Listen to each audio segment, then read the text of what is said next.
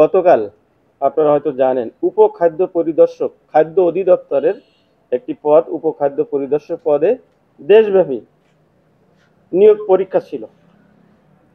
এই পরীক্ষায় সংক্রান্তে আমাদের কাছে একটা ইনফরমেশন ছিল যে পরীক্ষার্থীদের মধ্যে থেকে কিছু সংখ্যক সদস্য তারা ডিভাইস ইউজ করে তারা পরীক্ষা দেবে। ডিভাইসটা ইউজ করবে কিভাবে? এই পরীক্ষা শুরুর পরে ওদের কাছে এই কানে একটা আপনার ডিভাইস থাকে আর ওদের বডিতে একটা ডিভাইস থাকে, আর ওই যে প্রশ্ন সেই প্রশ্নের উত্তর বাহির থেকে উত্তরপত্র ইয়ে করে সলভ করে, ঠিক আছে, প্রশ্নের উত্তর তৈরি করে ওদেরকে মোবাইলে বলে দেবে, ডিভাইসের মাধ্যমে ওরা শুনবে আর লিখবে। এইটাই ছিল তাদের প্ল্যান। সেই অনুপাতে আমরা একজনকে গ্রেপ্তার করি, তার নাম হচ্ছে কৃষ্ণকান্ত রায়। এটা হচ্ছে আমাদের বিরল থানার মধ্যে বাড়ি। তাকে আমরা ধরতে সক্ষম হই এবং তার কান থেকে একেবারে ক্ষুদ্র ডিভাইস বের করি, দুই কান থেকে, এবং তার বডিতে জড়ানো ছিল একটা ডিভাইস, সেটা উদ্ধার করি। তার দেওয়া তথ্য মতে হরসুন্দর রায় নামে একজন লোক, সে তাকে ম্যানেজ করেছে এবং টাকার বিনিময়ে তাকে 15 লক্ষ টাকা দিতে হবে মর্মে তার সাথে কন্ট্যাক্ট করে। তাকে আমরা গ্রেপ্তার করি এবং তাকে গ্রেপ্তার করে তার জিজ্ঞাসাবাদে জানতে পারি তার পিছনে মামুন নামে একজন লোক, তার বাড়ি চিরির বন্দরে। এই মামুন এবং হরসুন্দর রায় উভয়ই চিরির বন্দর আপনার 7 নং আউলিয়া পুকুর শঙ্কর সরকারি প্রাথমিক বিদ্যালয়ের শিক্ষক। একজন 18 সালে চাকরিতে যোগদান করেছে শিক্ষক পদে, আর একজন 14 সালে। তারাই মূলত এই কাজটা করছে এবং তাদের দেওয়া তথ্য মতে আমরা আরো পিছনে তাদের নাম পেয়েছি এবং তাদেরকে আমরা আমাদের গ্রেপ্তার কার্যক্রম অব্যাহত আছে এবং ঢাকায়ও তাদের লোক আছে। ঢাকা থেকে এদেরকে ঠিক করছে, এভাবেই তারা এদের মানে এই সিকোয়েন্সটা ফলো করে তারা ক্যান্ডিডেটদের কাছ থেকে টাকা নিয়ে থাকে। এবং তাদের দিয়ে তথ্য মতে আরো কিছু তথ্য আমরা পেয়েছি, সেটা হচ্ছে এই গ্রুপ তারা স্বাস্থ্যের বিভাগের টেকনিশিয়ান পদে তারা কাজ করেছে। মাধ্যমিক শিক্ষক, ওই যে বেসরকারি শিক্ষক যেগুলো মাধ্যমিক, এই নিবন্ধন শিক্ষক পদে তারা কাজ করেছে এবং সরকারি প্রাইমারি শিক্ষক পদে শিক্ষক নিয়োগে তারা কাজ করেছে। তাদের দেওয়া তথ্য এবং তারা বিভিন্ন সময় টাকা পেয়েছে। এটাই ছিল আমাদের কাছে তাদের দেওয়া তথ্য এবং আমাদের এই সংক্রান্তে আরো যারা জড়িত আমরা তাদেরকেও গ্রেপ্তার করব। যেহেতু আমরা এই 3 জনকে গ্রেপ্তার করেছি, আমাদের টাইম বার আছে, 24 ঘন্টার মধ্যে আমাদের আদালতে সোপর্দ করতে হবে। তাদের কাছ থেকে যে তথ্য পেয়েছি সেই তথ্যের ভিত্তিতে পিছনে যারা আছে এর সাথে জড়িত তাদেরকেও আমরা গ্রেপ্তার করব।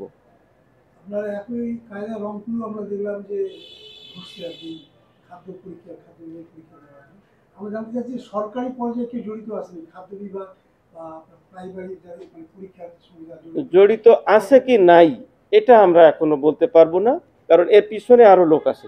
দেখেন, প্রশ্ন তো সরকারি কর্তৃপক্ষের কাছেই থাকে, তাই না? সরকারি কর্তৃপক্ষই পরীক্ষা শুরুর পরে প্রশ্নটা দেয়, তাই না? এখন প্রশ্নটা বাইরে চলে আসার পরে ওইটা সলভ করে। এখন সরকারের কাছে থাকার পরে কি ওখান থেকে নেয় নাকি ক্যান্ডিডেটদের কাছে দেওয়ার পরে এটা বাইরে আসে, এটা আমরা তদন্তের সাপেক্ষে এটা বলতে পারবো। এখন বলতে পারবো না যে সরকারি কোনো ব্যক্তি জড়িত আছে কিনা।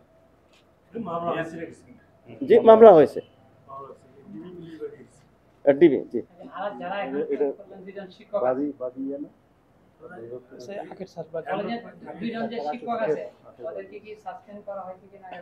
যেহেতু আমরা এখন সাসপেন্ড তো তাদের অথরিটি করবে। এই যে মামলা হলো, গ্রেপ্তার হলো, এখন এভাবেই তারা, শুধু তাই না, এই যে এই শিক্ষক 2 জন যে শিক্ষক এখানে গ্রেপ্তার হয়েছে, 2 জন শিক্ষকের একজন শিক্ষক সেও প্রতারণা করে চাকরি পেয়েছে তার দেয়া তথ্য মতে।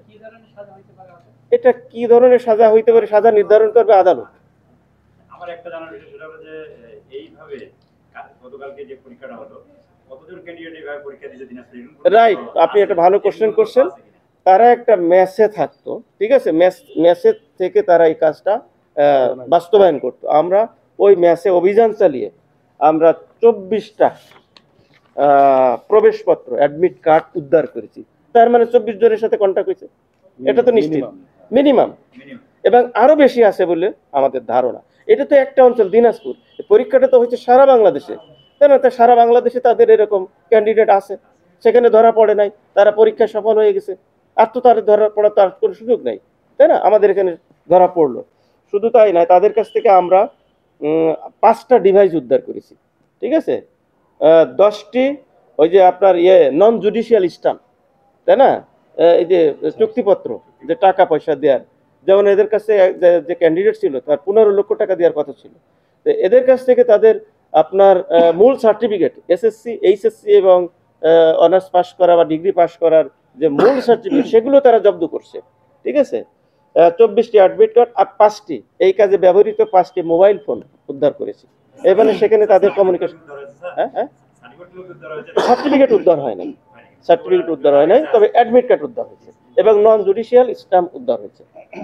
আপনি বুঝতেই পারতেছেন তারা কত অর্গানাইজড, তাই না?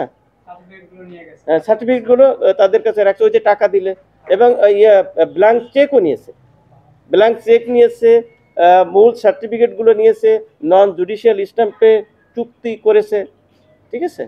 এইভাবেই তো এই পরীক্ষায় আমরা আমাদের এখানে যেহেতু ধরা পড়েছে, বাংলাদেশের অন্যান্য জায়গাও তারা হয়তো সফল হয়ে গেছে, যেহেতু ঢাকা থেকে এটা নিয়ন্ত্রিত। হ্যাঁ, আমরা জানতে পেরেছি যে যারা এই যে মামুন, আমরা সর্বশেষ ব্যক্তি মামুনকে গ্রেপ্তার করেছি, মামুনের পিছনে আরো আছে, তাকে এখনো আমরা গ্রেপ্তার করতে সক্ষম নই, সে পলাতক। এখন মামুনের পিছনে, মামুনের বাড়িও কিন্তু দিনাজপুর, এখন মামুনের পিছনে যারা, তারা ঢাকা থেকে এসেছিল, তাহলে ঢাকায় আছে। রিমান্ড আমরা চাইবো, পরে চাইবো, কারণ হচ্ছে যে আমাদের আরো কিছু গ্রেপ্তার আছে, করতে হবে।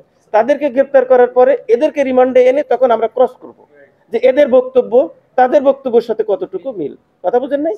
এখন রিমান্ডে আনলাম কিন্তু ওদেরকে আমরা গ্রেপ্তার করতে পারলাম, তাহলে আমাদের রিমান্ডটা কাজে লাগবে না, এই জন্য আমরা পরে রিমান্ডে আনবো। পরীক্ষা টিকার বিষয় তো আমি বলতে পারি না, এটা তো অথরিটি, তাদের অথরিটি আছে। জি জি জি, থ্যাংক ইউ। তাদের আর্থিক, তাদের যে ডেভেলপ, এবং আমরা পরবর্তী যাদেরকে গ্রেপ্তার করার জন্য চেষ্টা করতেছি, তাদের এলাকায় গেছি, দেখলাম যে তারা মানে ছোটখাটো একটা পেশার সাথে জড়িত, বাট তাদের আর্থিক উন্নয়নটা আঙ্গুল ফুলে কলা গাছের মতো, তাহলে বোঝা যায় তারা এসব কাজে সফল হয়েছে দীর্ঘদিন থেকে, এটা বোঝা যাচ্ছে। তা আরো তথ্য আমরা বের করব।